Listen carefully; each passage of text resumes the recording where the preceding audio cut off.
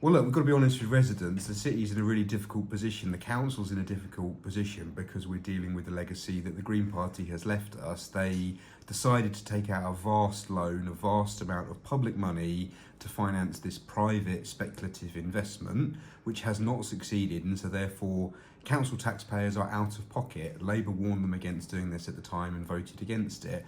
But we are where we are now, and we have to make the best or the least worst decision in terms of taking that forward.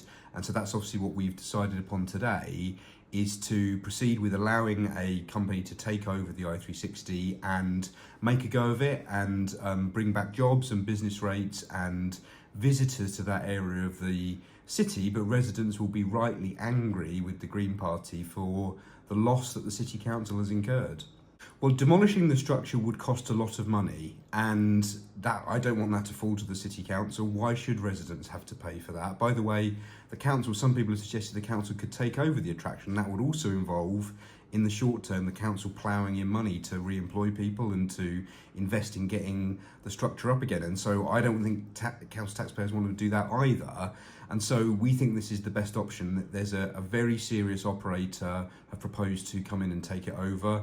I think they will have the best chance of anybody of making it work. I think it can potentially work if they get the offer and the ground floor right. And I think overall this is the least worst option for the city. I think this is the right decision for the city of Brighton and Hove. I think it's the right decision for the seafront.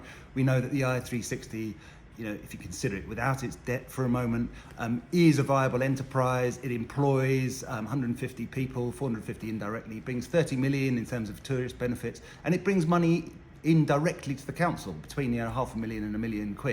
And of course, it benefits all the seafront arches around there. It brings footfall to the west of the city from the pier. So if that can be kept going as a business, then that is a good thing. Obviously, we're unhappy that it's turned out this way. We don't want to saddle the city with extra debt, but you have to think back to those times. Under the austerity regime of George Osborne and David Cameron and the Lib Dems, we were effectively told that local authorities weren't going to be getting any more money from central government, and we had to find other ways of raising money. And one of those ways was to offer cheap loans to local authorities to undertake capital investments that provided a return. And you see how that's played out around the country. Woking, Thurrock, Croydon, Nottingham, many other local authorities took massive loans, hundreds of millions, more than £1 billion in some instances, and they've now gone bankrupt. They're making it a political football. They keep saying the Greens and the Conservatives voted for this, but they didn't.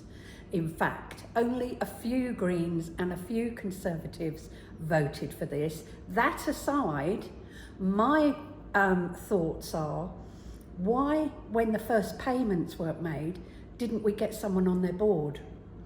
Why, when the payments weren't made back to us, no interest payments made at all, why didn't we set up structures within their organisation to manage and design a strategy for how we were going to go forward? Because this is investment of originally 36 point extra million from taxpayers. It's now risen to 51 million, and that's an incredible amount that taxpayers should be satisfied that everything had been done to ensure that that money wasn't lost.